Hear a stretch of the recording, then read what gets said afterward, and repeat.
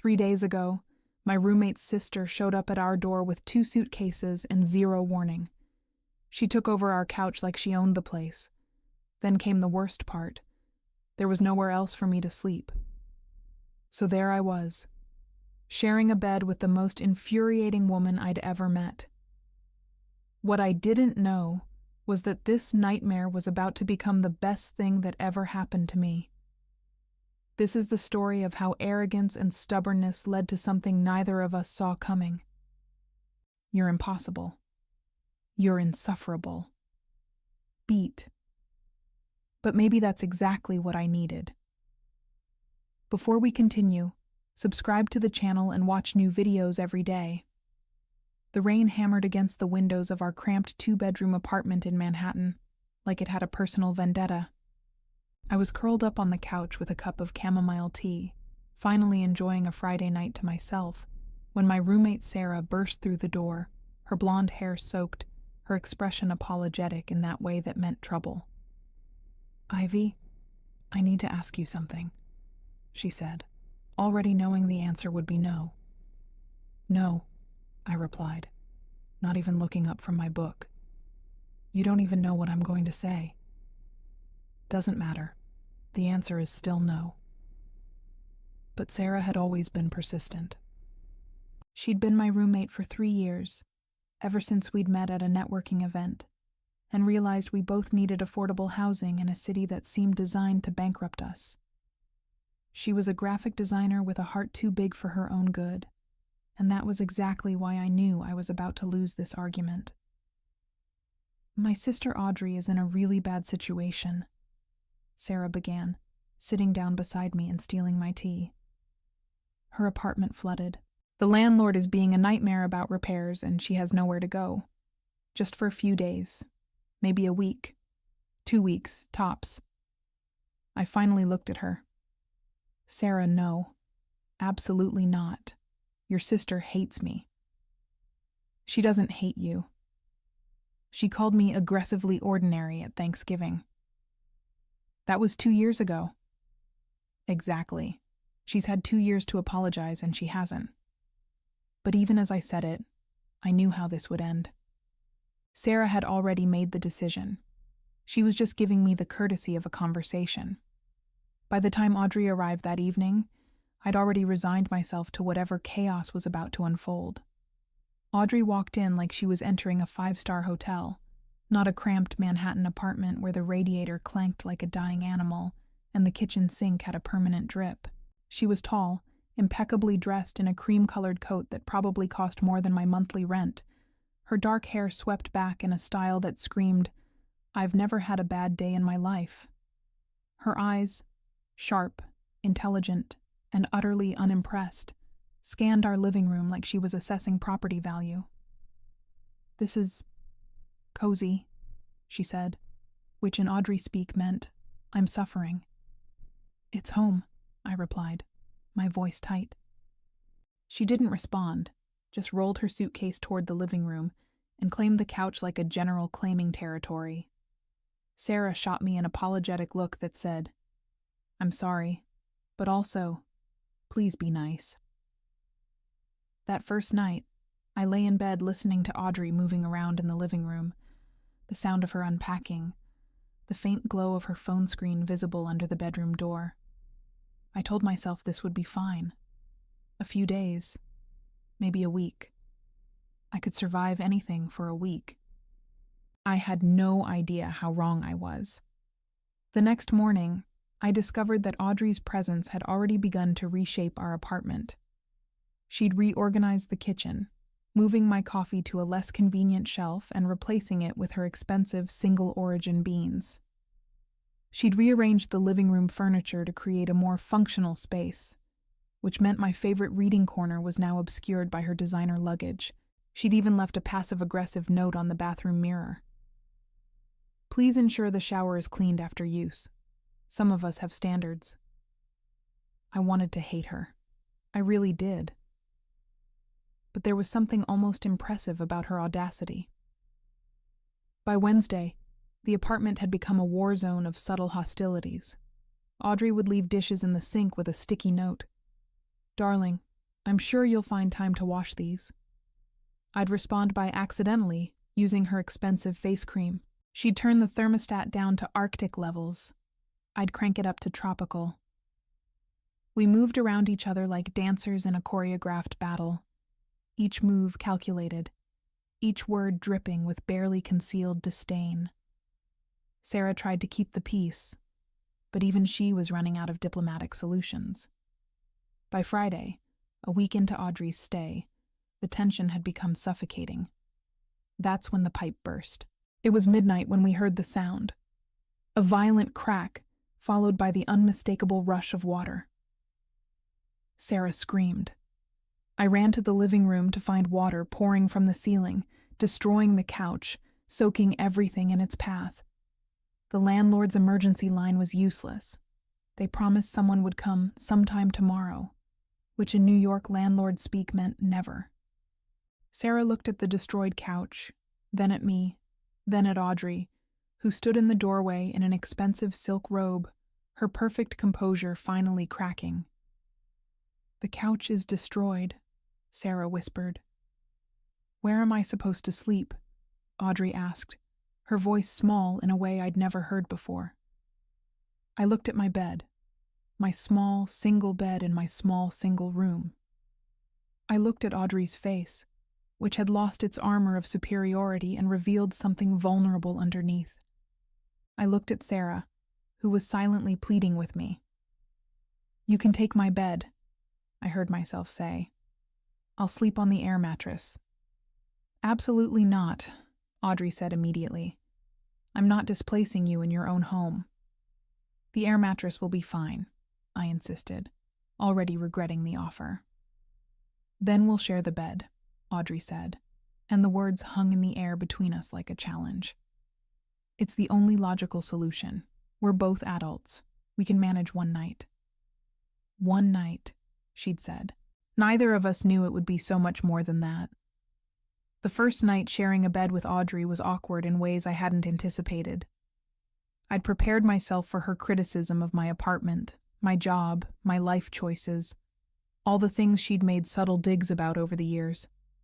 What I hadn't prepared for was the simple human intimacy of sharing a bed with someone you actively disliked. The mattress was small, a full size that had seemed perfectly adequate when I was sleeping alone. With both of us in it, there was barely any space. I'd changed into my usual sleep uniform, an oversized t-shirt and boxers, and climbed in carefully, pressing myself against the far edge of the bed. Audrey emerged from the bathroom in silk pajamas that probably cost more than my entire wardrobe, and I had to suppress a laugh at the absurdity of it all. "I'll stay on my side," she announced, as if we were negotiating a peace treaty. "You stay on yours." "Fine," I agreed. We lay in the darkness, not touching, barely breathing. The radiator clanked. A siren wailed outside. The city hummed with its usual Friday night energy, indifferent to the war zone that was our bedroom. "This is temporary," Audrey said after what felt like hours of silence. "Obviously," I replied. "The landlord says the apartment will be ready by Monday." "Good." Another long silence. "Your pillow is very firm," she observed. "It's a pillow. It's supposed to be firm." "Mine is down-filled. Much more comfortable." I bit my tongue to keep from responding. This was classic Audrey.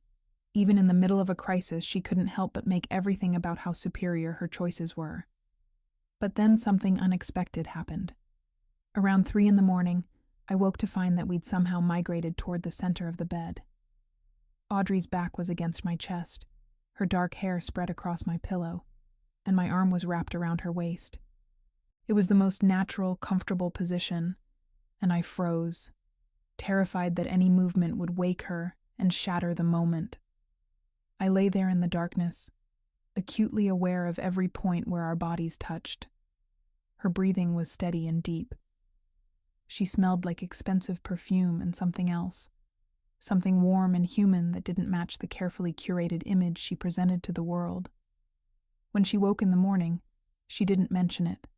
Neither did I. Saturday was worse because we had to actually spend time together. The landlord had confirmed that the apartment wouldn't be ready until Tuesday at the earliest, and Sarah had to work a double shift at the design firm. That left Audrey and me alone in the apartment for 12 hours. "I'm going out," Audrey announced at 8 in the morning. "Where?" I asked, not because I cared, but because I was hoping she'd be gone for a very long time.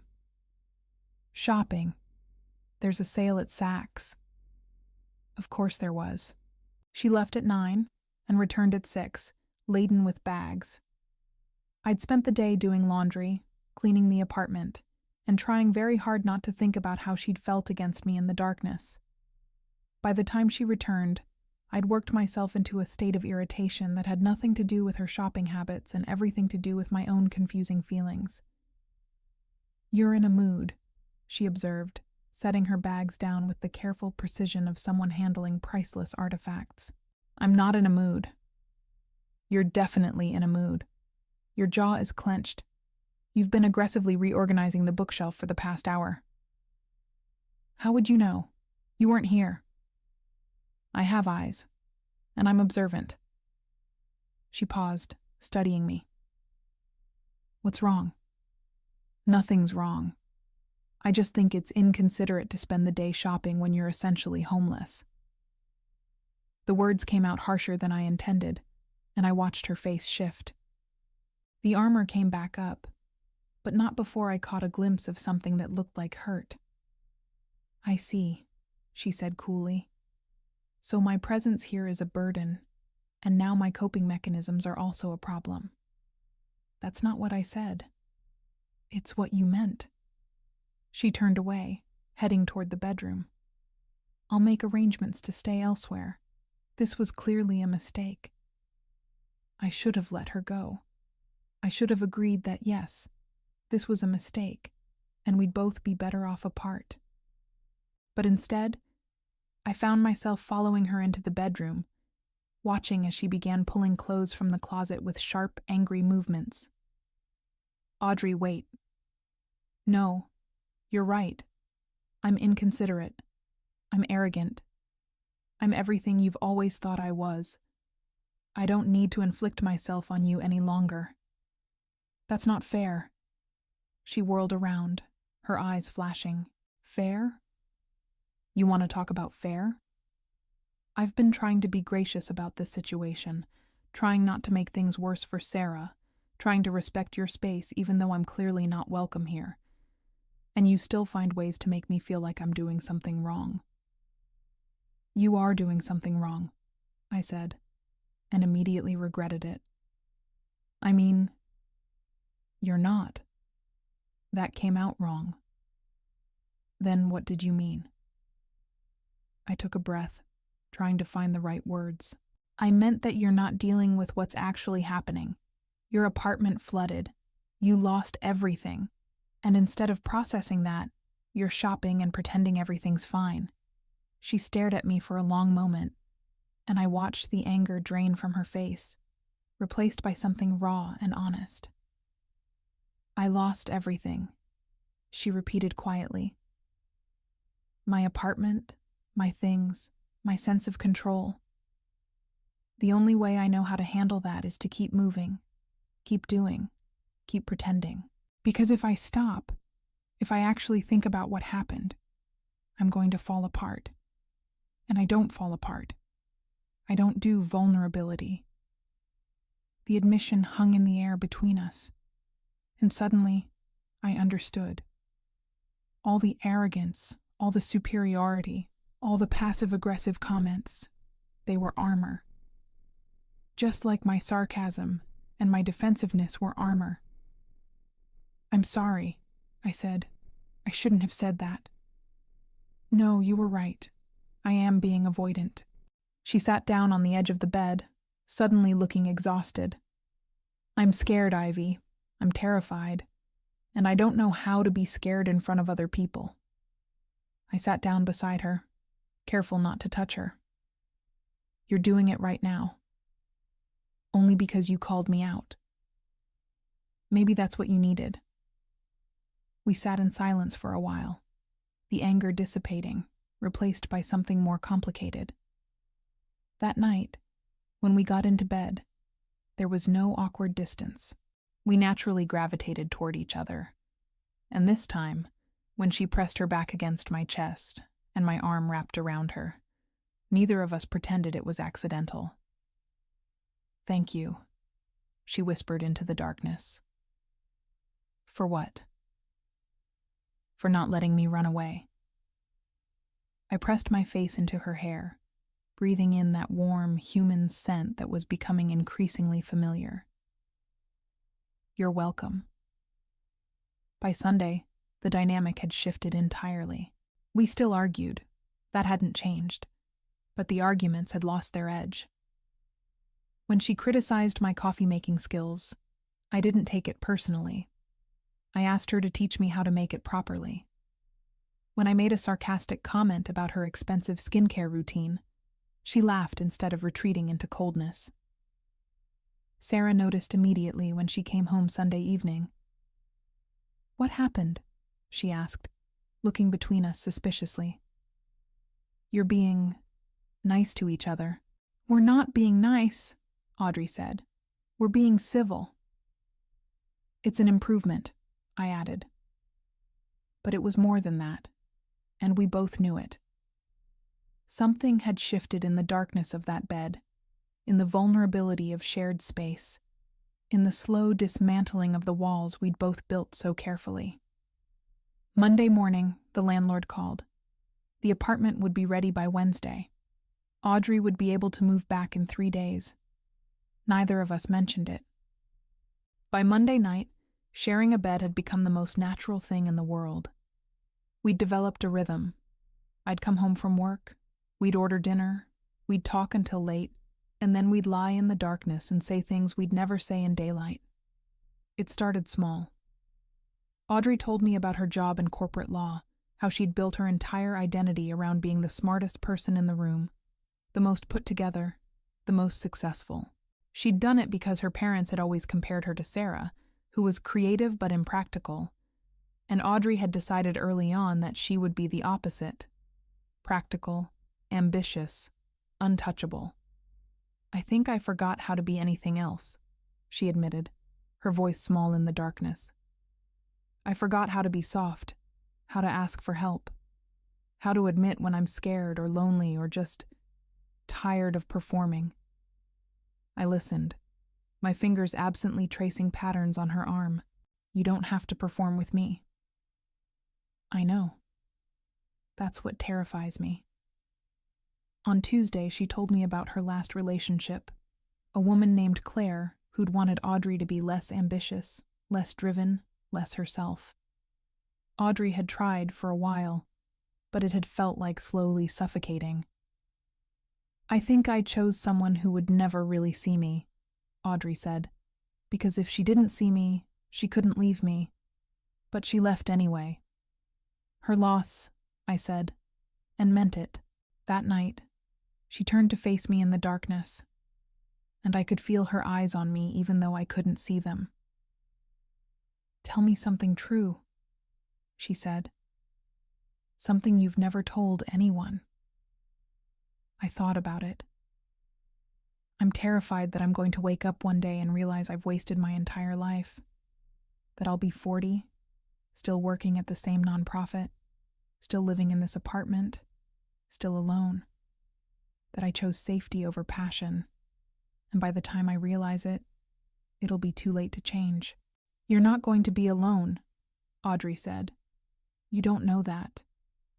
I know that anyone who gets to know you, really know you, not just the sarcastic exterior, would be lucky to have you." My heart did something complicated in my chest.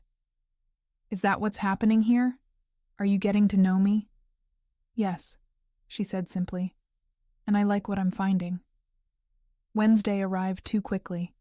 The apartment was ready. Audrey's things had been salvaged and cleaned. She had no reason to stay. We didn't talk about it all day. Sarah, sensing the tension, made herself scarce, working late at the office. By the time evening fell, We were both sitting on the couch in silence, the weight of impending separation pressing down on us. "I should start packing," Audrey finally said. "Yeah," I agreed, not moving. Neither of us moved. "This has been strange," she said after a while. "The worst," I agreed. "I hated you when I arrived. The feeling was mutual. And now?" I turned to look at her. "Now I don't know what I feel. It's terrifying." She reached over and took my hand. "I know. I'm terrified too." "Of what?" "Of going back to my apartment and realizing this was just a temporary thing, a moment out of time that doesn't translate to real life." "Maybe it doesn't have to," I said. "Maybe we could try." "Try what?" "I don't know. Seeing each other, dating, being something more than roommates sharing a bed." She squeezed my hand. "I'd like that, but I need to be honest with you about something." My stomach dropped. "Okay." "I'm not good at relationships. I'm selfish and driven, and I work 70-hour weeks. I'm going to disappoint you. I'm going to hurt you, probably without meaning to." "I know," I said. "And I'm going to be sarcastic and defensive, and I'm probably going to push you away when things get too real. We're both broken in different ways. So why would we do this? Because broken things can be fixed, and maybe we can fix each other." She leaned forward and kissed me, and it felt like the most natural thing that had ever happened. It tasted like possibility and risk, and the terrifying excitement of choosing something real instead of something safe. "Okay," she whispered against my lips. "Let's try." The first week of actually dating Audrey was harder than sharing a bed with her had been. In the bed, everything had been simple. Just the two of us in the darkness, no outside world to complicate things. But real life was messier. She worked insane hours. Her law firm was in the middle of a major case, and she was often at the office until midnight, sometimes later. I'd wait for her, trying not to feel resentful, trying to be understanding about her ambitions. But there was a part of me that wondered if I'd been right all along, if I was just a distraction, something she'd pursue until the novelty wore off. "Talk to me," she said one night, finding me on the couch at 1 a.m, pretending to read while actually just stewing in my own insecurity. "I'm fine." "You're not fine. You're doing that thing where you get quiet and distant." "I'm not doing anything. You're just never here." "I'm here now." "For how long? Until the case wraps up? Until you get bored with me?" She sat down beside me, and I could see the exhaustion etched into her face. "Is that what you think this is? That I'm going to get bored with you?" "I don't know what this is," I admitted. "We went from hating each other to sleeping together in the span of a week. That's not normal. That's not sustainable." "Maybe not," she said. "But it's real. At least it is for me." How can you be sure?" She took my face in her hands, forcing me to look at her. "Because I've spent my entire life running from real. And for the first time, I don't want to run. I want to stay. Even when it's hard. Especially when it's hard." I wanted to believe her. But belief required vulnerability, and vulnerability had never been my strong suit. The next 2 weeks were a test. Audrey tried to balance her work with us, but there were nights when she came home so exhausted that we barely spoke. There were weekends when she had to go into the office. There were moments when I felt like I was dating a ghost, someone who was physically present but emotionally checked out. And then there were the moments that made it all worth it. Like the night she came home early, surprising me with dinner she'd picked up from my favorite Thai restaurant. Or the morning she called in sick to work just so we could spend the day together. something I knew she never did. Or the way she'd look at me sometimes, with such intensity and focus, like I was the only thing that mattered in the world. Sarah, watching from the sidelines, was endlessly amused by the whole situation. "I can't believe you two went from mortal enemies to actual girlfriends," she said one afternoon while Audrey was at work. "We're not girlfriends," I protested. "We're just figuring things out. You sleep in the same bed. You go on dates. You've met each other's friends. You're girlfriends. It's complicated. It's only complicated because you're making it complicated. You're both so afraid of being hurt that you're creating problems that don't exist." She was right, of course. Sarah had always been annoyingly right about these things. That night, when Audrey came home, I decided to stop creating problems. I decided to just be with her. "I love you," I said, the words tumbling out before I could overthink them. She froze, still in her coat, her briefcase in one hand. "What?" "I love you. I know it's fast and it's crazy and we barely knew each other a month ago, but I do. I love you." She set down her briefcase slowly, like she was afraid any sudden movement would break the moment. Then she crossed the room and kissed me, deep and thorough, like she was trying to pour all her feelings into the contact. "I love you too," she said when we finally broke apart. "I've been terrified to say it, but I do. I love you so much it scares me." "Good," I said. "Be scared. I'm scared too. But let's be scared together." 3 months later, I stood in the empty apartment that had been my home for 5 years. The lease was up, and I'd decided not to renew. Audrey and I had found a place together, a 1-bedroom in Brooklyn that was smaller than my current apartment, but somehow felt infinitely larger because we'd chosen it together. Sarah helped me pack the last of my boxes, shaking her head in amazement. "I still can't believe this is how it happened," she said, wrapping a mug in newspaper. "My sister crashes on our couch, destroys the living room, and somehow ends up being the love of your life." "Life is weird," I agreed. "Life is beautiful," Sarah corrected. "You two are beautiful. You make each other better." She was right. Audrey had learned to slow down, to prioritize our relationship, to let people see her vulnerability. She'd even cut back her hours at the law firm, deciding that success wasn't worth sacrificing happiness. And I'd learned to be braver, to ask for what I wanted, to believe that I deserved good things. The night before we moved, Audrey and I lay in the bed one last time, the bed where everything had changed, the bed where we'd learned to be honest, to be vulnerable, to be ourselves. "Do you remember the first night?" she asked, her head on my chest. "How could I forget? You were insufferable. You were impossible. We were both terrible. And now?" I pressed a kiss to the top of her head. "Now we're terrible together, which is somehow perfect."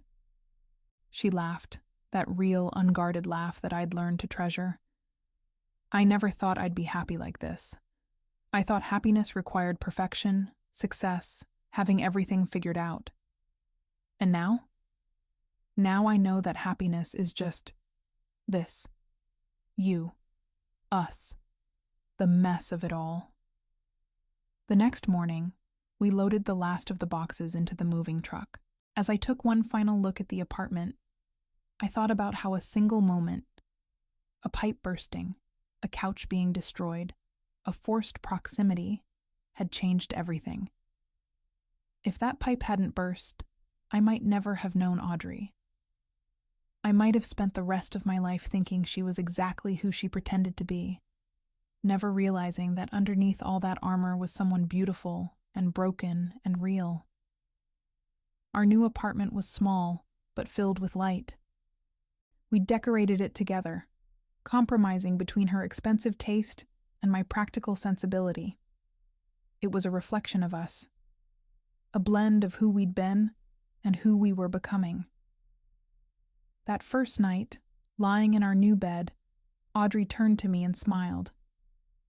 "Welcome home," she said. And I realized that home wasn't a place. It was a person. It was the feeling of being completely seen and accepted anyway. It was the knowledge that someone loved you not despite your flaws, but including them. "I love you," I said, and meant it with every fiber of my being. "I love you too," she replied. "Thank you for not letting me run away. Thank you for staying. Thank you for choosing me. Always," I promised, and I meant it.